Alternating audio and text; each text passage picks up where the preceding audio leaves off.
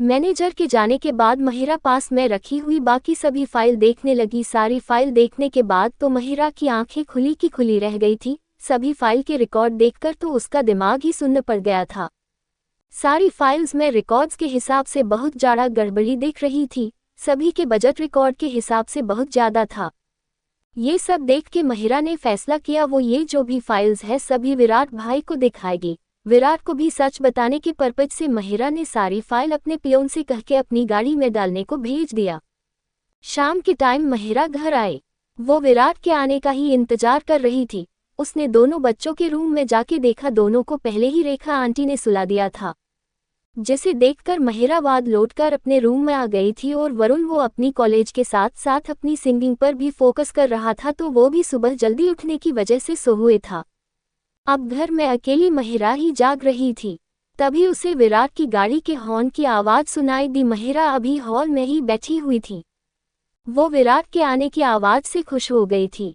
विराट आज अपने शूट से ही आया था और घर आकर उसे कुछ नेक्स्ट मूवी को स्क्रिप्ट पढ़नी थी, जिनमें साथ में उसका दोस्त और फेमस स्टार मोहित भी उसके साथ आया था। मोहित और विराट बहुत अच्छे दोस्त थे और दोनों की दोस्ती को काफ़ी टाइम हो गया था, पर दोनों ही आज भी वैसे के वैसे ही अच्छे दोस्त थे। दोनों एक दूसरे को बहुत अच्छे से समझते थे। आज मोहित विराट के बहुत कहने पर उसके घर पहली बार आया था। मोहित और विराट दोनों एक साथ घर के अंदर आए। विराट मोहित से बात करता हुआ ही आ रहा था। महिरा को जब विराट दिखा तो वो बिना मोहित को देखे विराट को देख के बोली, कितनी देर कर दी आपने आने में? मैं कब से आपका ही वेट कर रही थी और आप अब आए हो, महिरा बिना ब्रेक लिए बोले जा रही थी। विराट माहिर की तरफ से थोड़ा सवालिया नजरों से देखकर बोला, क्या हुआ महिरा, तुम अब तक क्यों जाग रही हो और मेरा इतना क्यों वेट कर रही थी? विराट ने कहा। महिरा विराट की बात सुनकर बोली, भाई पहले मेरे साथ आओ और कुछ दिखाना है आपको, फिर सब पता लग जाएगा आपको। महिरा ने कहा। जिस पर विराट और मोहित दोनों ही महिरा के पीछे पीछे आ गए और दोनों ही हॉल में काउच पर बैठ गए। महिरा एक एक करके सारी फाइल विराट के आगे रखने लगी। विराट को कहने लगी, एक बार आप ये सब देख लो।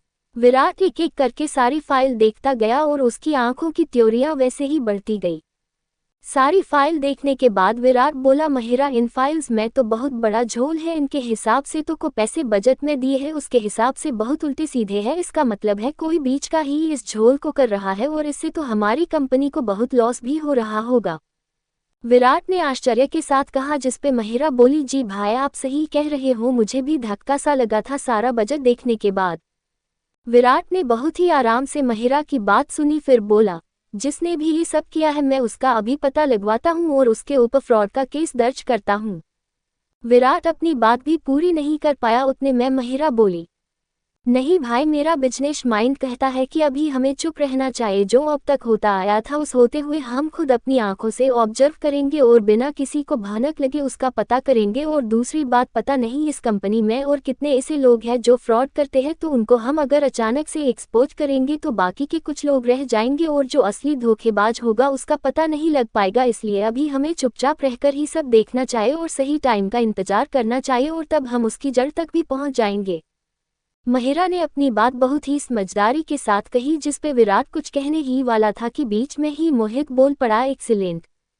मोहित इतनी देर से दोनों की बातें सुन रहा था तो उसको महिरा का दिमाग इतना सही लगा कि इसके मुंह से अनायास ही ये वर्ड निकल गया था। अब जाके महिरा की नज़र मोहित पर पड़ी तो वो आंखें छोटी करते हुए मोहित को देखने लगी। विराट भी मोहित के इस तरह बोलने से किसी सपने से जागा, फिर बोला, हाँ मोहित मैं भी यही कहने वाला था महिरा को। कितनी समझ आ गई है महिरा तुम में बिजनेस की, अब हर छोटी छोटी चीज़ों को कैसे हैंडल करना है सब समझने लगी हो। विराट ने महिरा को देख के कहा। तो मोहित भी वापस बीच में बोल पड़ा, सही है विराट, अगर कोई तुम्हारी कंपनी में ऐसा कर रहा है तो उसके लिए मेरे हिसाब से भी महिरा का आइडिया बिल्कुल सही है।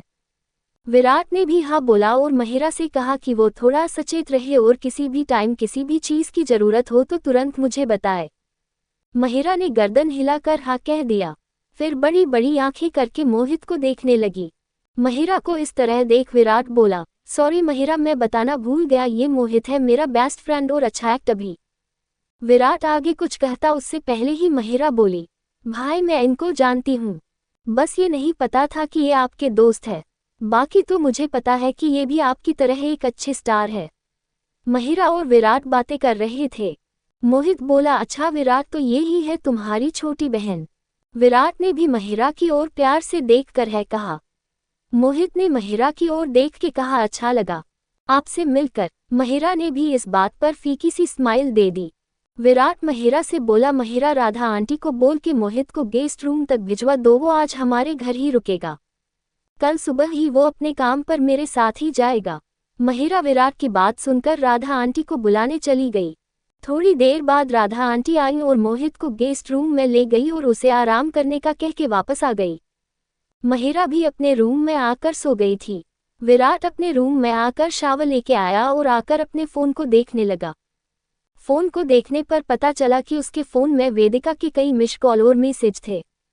विराट ने देखा और तुरंत फ़ोन किया। वेदिका अभी खाना खाकर अपने रूम से बाहर घूम रही थी, इसलिए उसका फ़ोन नेटवर्क एरिया में ही था, इसलिए विराट के फ़ोन करने पर पहली ही रिंग में फ़ोन अटेंड कर लिया और बोली, क्या विराट, कितना कॉल किया तुमको, ऐसी भी क्या नाराज़गी कि मेरा फ़ोन भी अटेंड नहीं करना। वेदिका बिना विराट की बात सुने बोले जा रही थी। विराट वेदिका की पूरी बात सुनने के बाद बोला, अब हो गया तुम्हारा तो मैं कुछ बोलूं। विराट ने जब ऐसा कहा तो वेदिका चुप होकर बोली, बोलो क्या कहना है। विराट कहने लगा, मैं सूट से आकर थोड़ी देर महिरा के साथ था और अब आकर सावर लेने चला गया, इसलिए तुम्हारा फ़ोन अब देखा है।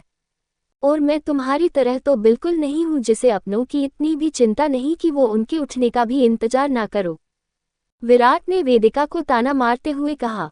वेदिका विराट की बात का मतलब समझ गई थी, इसलिए उससे बहुत ही प्यार से बोली, विराट अब बहुत हो गया ना, देखो अब बस कल की ही बात है, परसों तो मैं आ ही जाऊंगी, फिर तुम अब तक क्यों उस बात को लेके बैठे हो, प्लीज अपना गुस्सा थूको, वेदिका ने विराट से रिक्वेस्ट करते हुए कहा। विराट वेदिका को कुछ ना बोला। फिर वेदिका वापस बोली, अच्छा बताओ विराट, आज महिरा ने ऑफिस से मुझे फ़ोन किया और मेरी उससे ज़्यादा बात नहीं हो पाई, वो क्या कहना चाहती थी मेरी समझ में नहीं आया, उसने तुम्हें क्या बताया। विराट ने वेदिका की बात सुनकर वो सब बता दिया जो महिरा ने उसे बताया, जिसे सुनकर वेदिका बोली, अब विराट कैसे हैंडल करोगे उस इंसान को।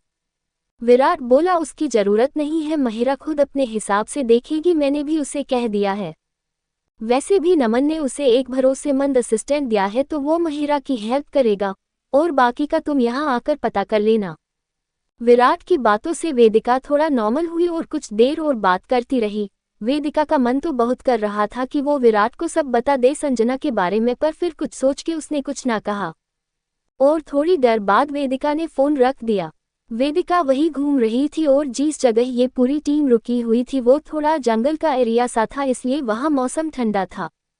वेदिका के साथ के बाकी सभी लोग बॉनफायर के चारों तरफ बैठकर बातें कर रहे थे, पर संजना वो सबके साथ ना बैठकर वो एक पेड़ के पीछे छिपकर वेदिका की बातों को सुनने की कोशिश कर रही थी।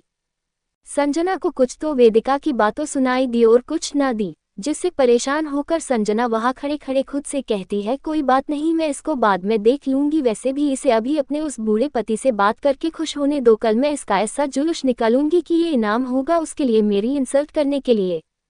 संजना ने डेविल स्माइल के साथ खुद के बगल में खड़ी नीना से कहा। नीना उसकी दोस्त कम उसकी चमची ज्यादा थी तो वो भी उसकी डेविल स्माइल के साथ उसका साथ देके हंसने लगी। वेदिका वहां से अपने दोस्तों के पास आ गई।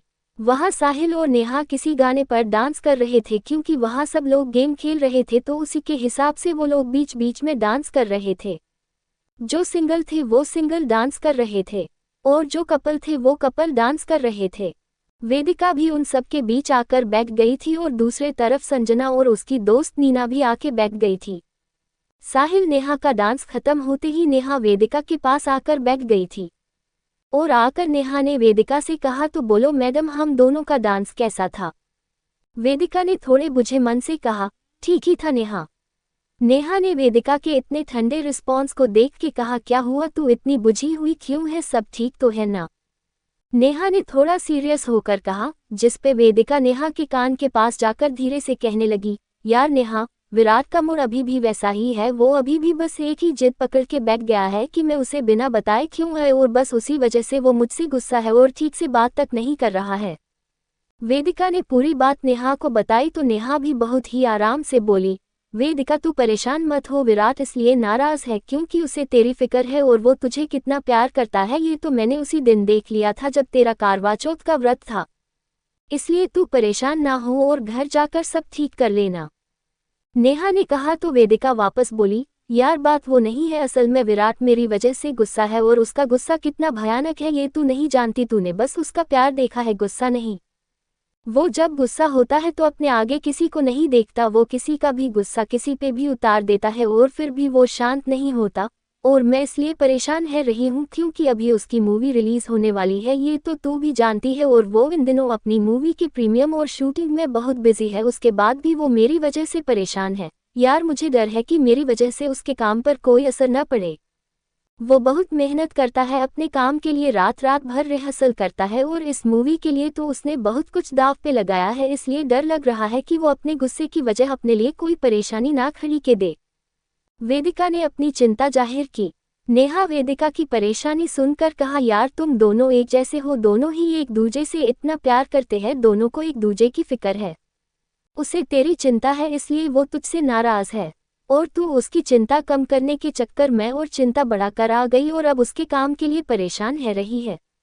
नेहा हल्का सा मुस्कुराते हुए बोली, चिंता मत कर, सब अच्छा होगा और बाकी तो तू अपने बुड्ढे को वहां जाकर अपने हुस्न के जादू से पिघला लेना। नेहा ने एक आंख विंद करते हुए कहा, जिसपे वेदिका ने हल्की से उसके कान खींच के कहा, तू रुक जा, इस बार उसे पक्का बताऊंगी कि तू उसे बुड्ढा बोलती है। नेहा भी तपक कर बोली, हाँ बता देना, फिर मैं भी उसे बता दूंगी कि तूने अपने कॉलेज हॉस्पिटल में क्या बता रखा है सबको, कि तेरी शादी एक पैसे वाले बुड्ढे से हुई है। नेहा की बात सुनकर वेदिका उसे मारने को हुई तो नेहा वहां से हंसते हुए भाग गई और वेदिका उसके पीछे पीछे भाग रहा थी। उन दोनों को इस तरह भागता देख पास बैठे सभी लोग बोले, इन दोनों को क्या हुआ? सब लोग सवालिया नजरों से उन्हीं को देख रहे थे, पर कोई और भी वहां था जो उन दोनों को डेविल नजरों के साथ देख रहा था।